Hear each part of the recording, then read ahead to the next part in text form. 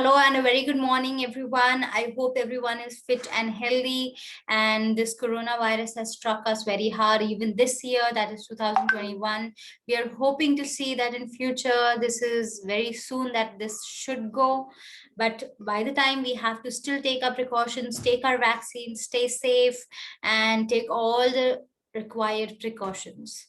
To start with, we have already done semester 3, and I am going to teach you all the additional English special paper 2, that is SYBA. We have already covered the semester 3 portion, that is the first 6 poetries. Now the other 6 poetries, sorry, not the 6 poetries, but there are 12 poetries in semester 4. We are going to start with the first one, that is My Duchess by Robert Browning. So we'll be starting with it today, and then we'll move forward and finish off with the semester 4 portion. Please stay connected and pay attention. I'll just share my screen.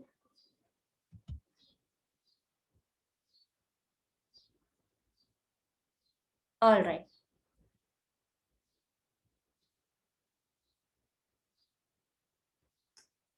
So if you can see here, Robert Browning is the author of this poetry, and this is the photograph of his. And now you can see Robert Browning, he has this dramatic monologue, My Last Duchess. So this poetry is a dramatic monologue. It was first published in 1842.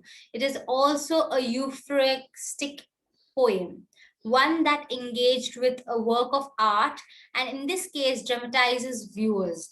What does this mean? Euphrastic poem. Euphrastic poem, the word means that it has a lot of artistic and dramatic things in it. All right. And it always dramatizes the characters in it and the viewers as well.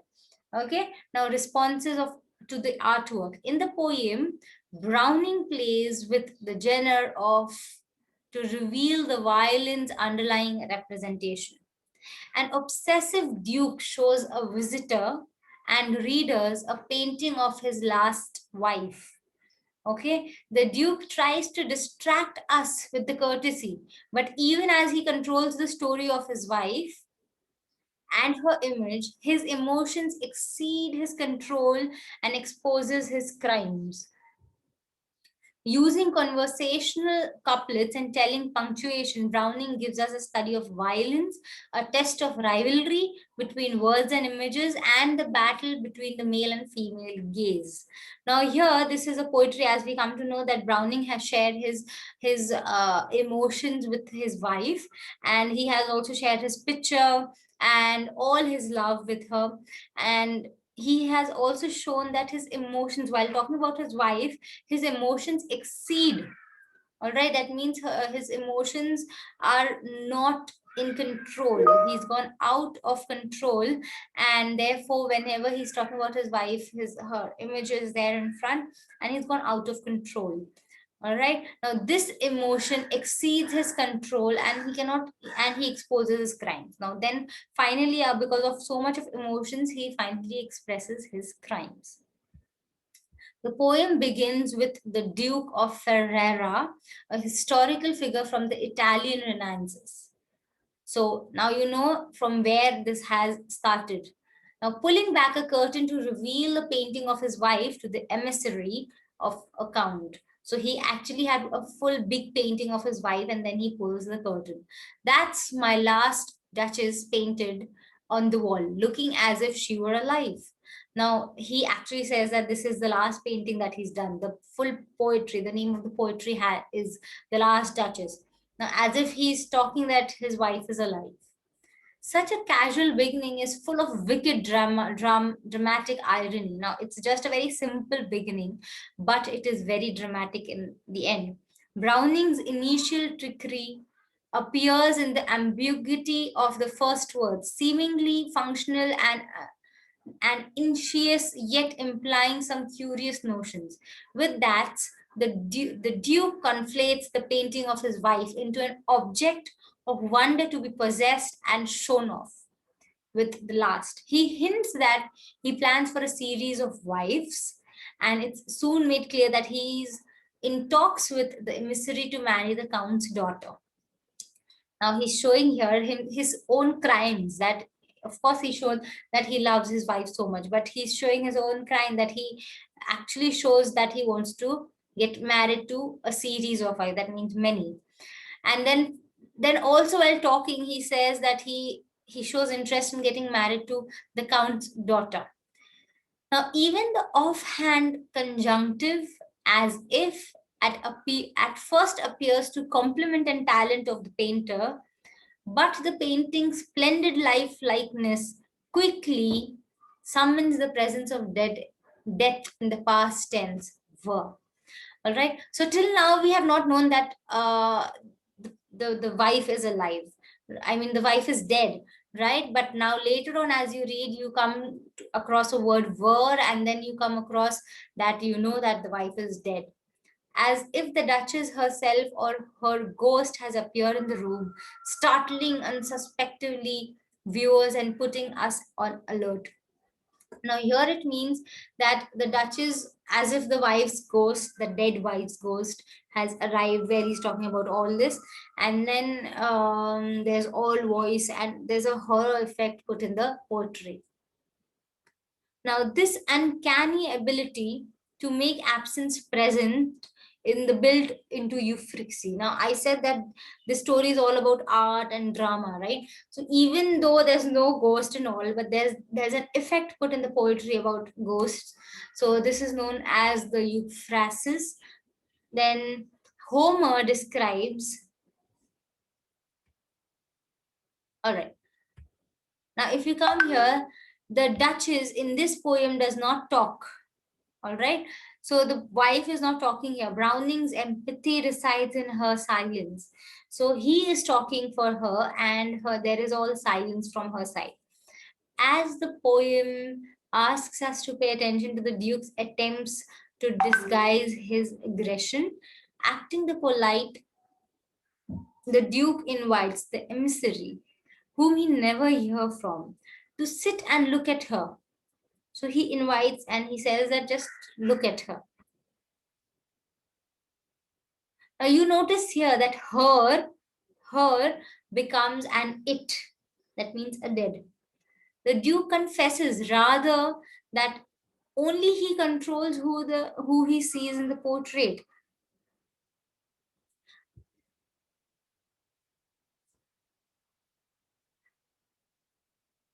Now it's not clear that the privileged observers of the painting ever dare to ask what created the depth and passion of her looks. Okay, but with barely restrained jealousy, the Duke lists the things that caused her intense look and brought that spot to her cheek. Okay, spot of joy. So there's so much of intense look on her face, but still there is a spot of joy on her cheek. So he's explaining how he's listed out all these things. Must never hope to reproduce the famed. The Duke assures us that this comment was merely courtesy to the Duchess. Then his need to narrate her thoughts hardly conceal his hurt narcissism, wounded by the painter who chanced to flatter his wife. This chance, this changing hints and chancing hints that the Duke could or did retaliate against these offenses.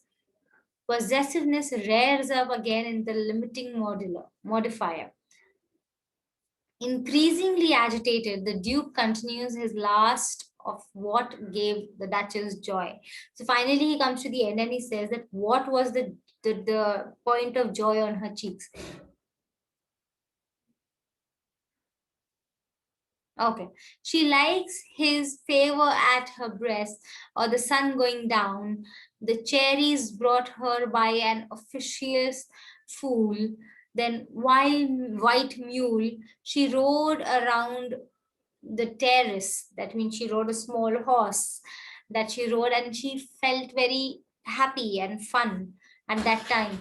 But he complains vainly that she liked everything as if she ranked my gift of the 900 years old name with anybody's gift. So he's just complaining that she compares his gifts to everyone else.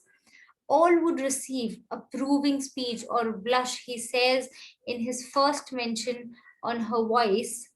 Readers picture a cheerful, charming, vicious young woman married to a man, fixatedly watching her every move. Like another famous literary villain, the Duke divulges his conflicted consciousness when it loses control of his language. Unaware, he gives us a clear vision of the open hearted Duchess. She had a heart, how shall I say, too soon made glad.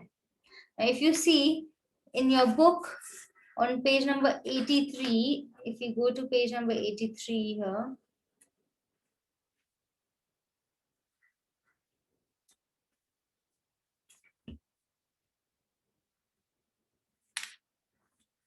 so we are referring to this book, right? And semester 4 has started here. We did already about the poet and also about the poem. I'll just go through the whole poetry first for you all, and then we'll go ahead about what all has been said.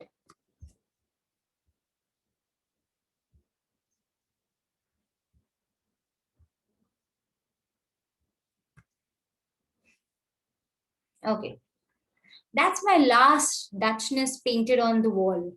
Looking as if she were alive, I call. That piece a wonder now, Fra Pandolf's hand.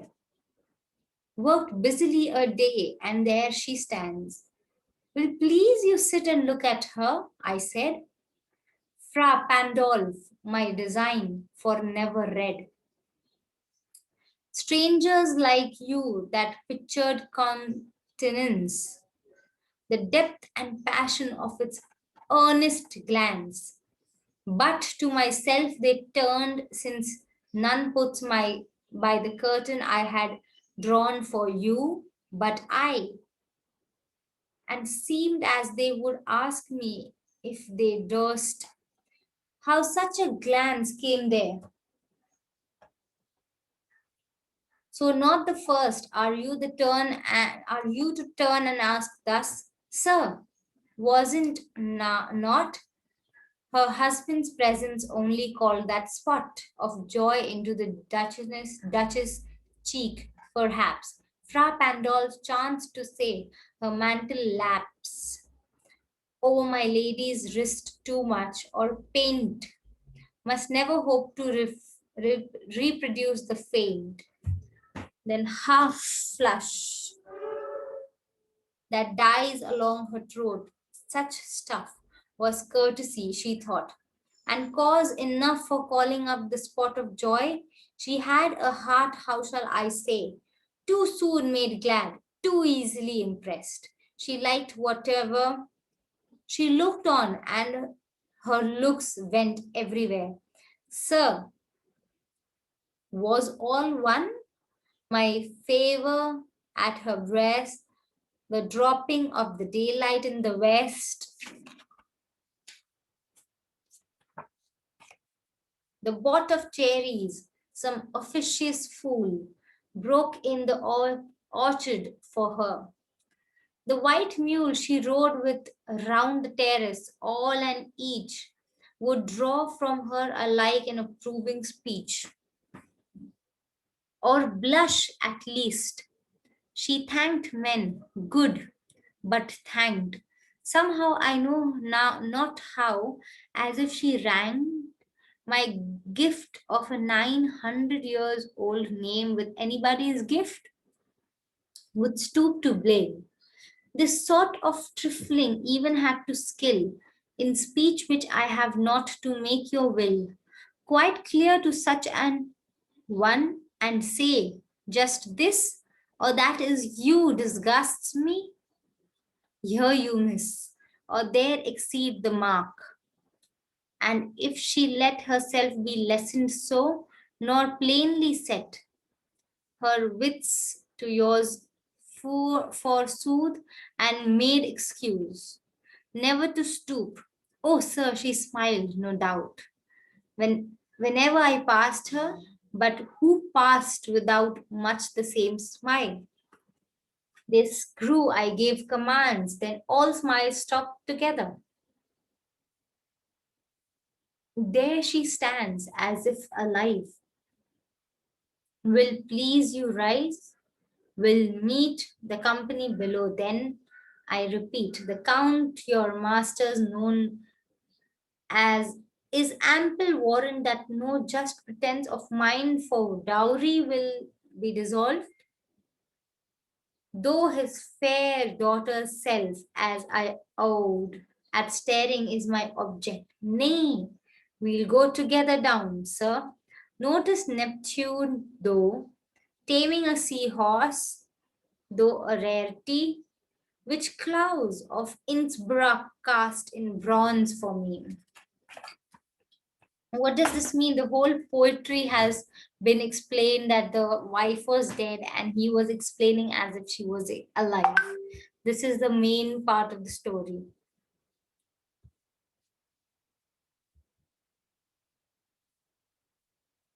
So this is like line wise everything explained.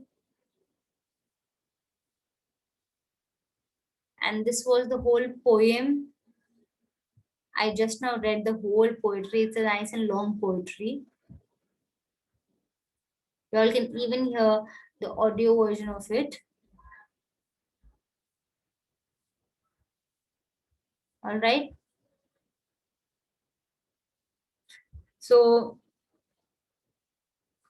this poem also went to Hollywood and a movie was made on it. Two readings by Tony nominated actor Alfred Molina, a reading of Robert Browning, My Last Duchess. So it was also released in that. And if you see here, after this poetry, there is a glossary as well. Now, Fra Pandolf. What is Fra Pandolf in this poetry? He's the painter who painted the Duke's wife's picture. He is the painter. Mantle is a shawl. Favor, a gift that marks prestige, a very good gift, you can say. The 900 years old name, what does this mean here?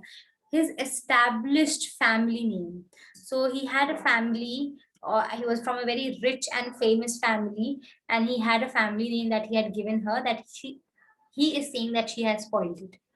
Stoop is lower oneself, to feel very bad about oneself. Then manifence is very generosity, uh, too much of generosity, and that means you help people a lot. Then Klaus of Innsbruck is a famous sculptor. Now, there are comprehension questions and there are questions of critical analysis here.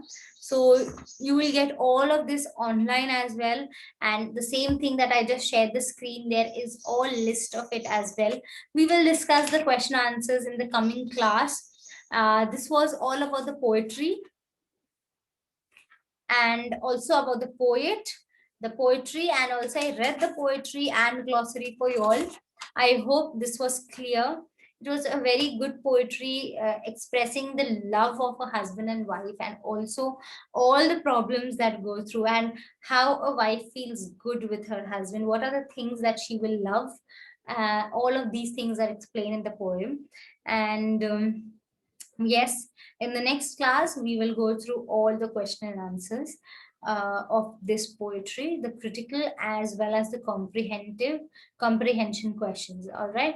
Thank you so much, everyone. Please take care of yourself and stay safe, stay healthy.